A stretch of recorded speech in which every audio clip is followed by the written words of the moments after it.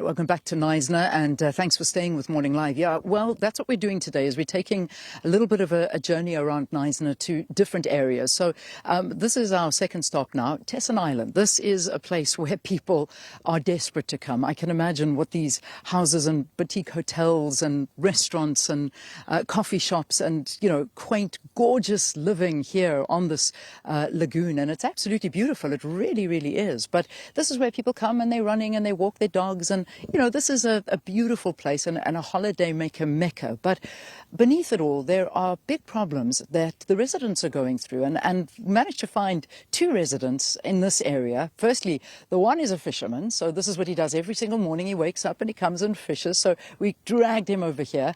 And then, of course, we've got another resident who was here walking her dogs and just sort of doing what she has to do on the normal morning. And it's Leanne Higgs, who is a Knysna resident and fisherman, and Genevieve Melville. And it's a pleasure to have both of you. So I'm going to start with you, Genevieve. I mean, it looks magnificent, and it is magnificent. But when did you realize that there were problems when it came to the water here in Knysna? Probably, well, last year, December, actually 2024, December, we had our first outages during tourism season. So there's always a huge peak in volume of people over December. And last year, 2024, we certainly had shortages. But then about 2 weeks before Christmas 2025, where I live, we just didn't have water for a week. It kind of cut out. There had been various warnings, but, you know, suddenly there was nothing. Yeah. And that was now 4 or 5 weeks ago, and it's been a bit ongoing. Well, it has been ongoing. It's at the moment there's full-on water supply, but there's reports of leaks every day that people are pushing in. It seems to be the water supply moves. Some people have availability, others don't, and then it switches around. At the moment, we're all on, you know, the last 2 days, someone put out a notice, or the municipality put a notice out saying 50 litres a day. So we hope everyone's kind of working towards that. But at the same time, 4 or 5 weeks in, there's a degree of complacency that's setting in, because we've been told day zero is coming. The countdown starts at 6 days one day, and then it's 13 days the next, and then it's up to 18 days. And people are saying, you know, next week it'll all be over. We've had the gift of the givers in. That seems to have given people a sense of security. So how much people are actually doing to reduce their consumption across the board is questionable. Well, I mean, I can comment on that just being a few hours here. Well, literally a few hours here. The hotel that I'm staying at, I was trying to speak to the staff to find out how things are, and they're like, no, it's fine. Everything's okay. Water's not a problem. Even in the hotel room, I mean, there's no signs to tell you, please don't do this, don't do that, please, please, please, you know. So I was just wondering, you know, is the messaging coming through that there is a problem? Because some areas, yes, and then other areas, no, just carry on. What about tourism for you? I know you own Airbnbs, so what are things like there? Well, January's been quiet, but it is typically, there were certainly a couple of cancellations, unfortunately rebookings during December, definitely driven by the water. I'm on a ratepayers committee as well, and, you know, people were arriving, finding out what the situation was, not knowing how to deal with it, and leaving, packing up and leaving in fury. People who own holiday homes here. I've heard, again, it's kind of ad hoc speculative, but at the higher income where people had booked houses for weeks, they cancelled them, made alternative arrangements. At that stage, there was no real management or communication process in place. Things seem to have gotten better, but again, it's mainly on social media.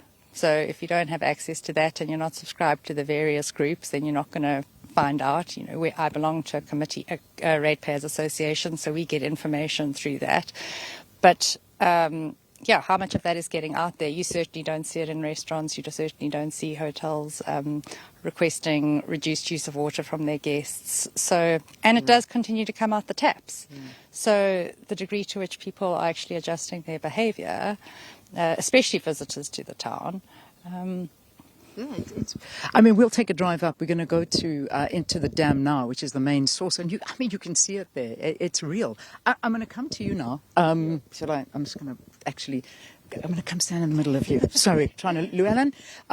Listen, if you're on TikTok, apparently Mr. Llewellyn here is he does live streaming and TikToking and all that stuff, and it's Big Fish Hugo. Okay, so we found you here. I suppose you're about to go and do your thing, but you've only been living here for a while and fishing in this area. 6 months. 6 months. So I mean, what have you found? What do you think of Knysna and what's going on here with the water? I can't fish the whole day, so the thing is, I visit a lot of restaurants, B&Bs, so I travel around a lot, but mainly in Knysna, Tees Island.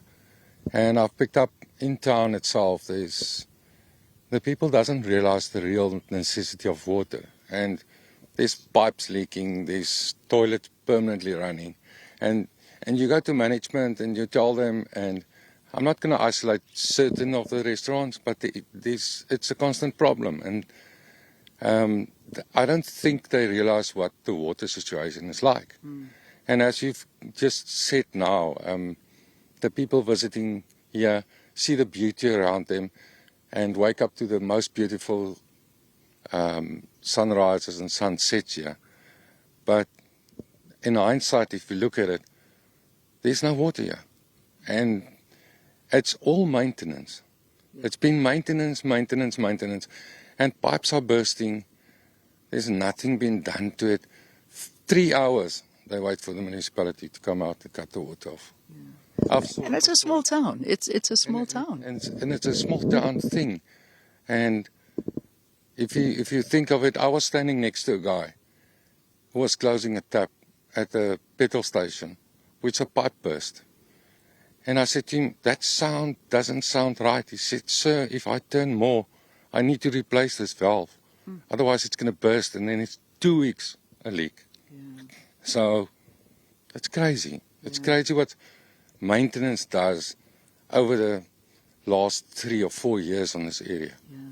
And you can feel it. I mean, that's one thing I must say is that so I haven't been to Knysna in a very, very long time. And when I came here, I could see that things, obviously here it's beautiful, but this is the touristy area and residents are doing a lot. But when you go into Knysna town, there's rubbish everywhere.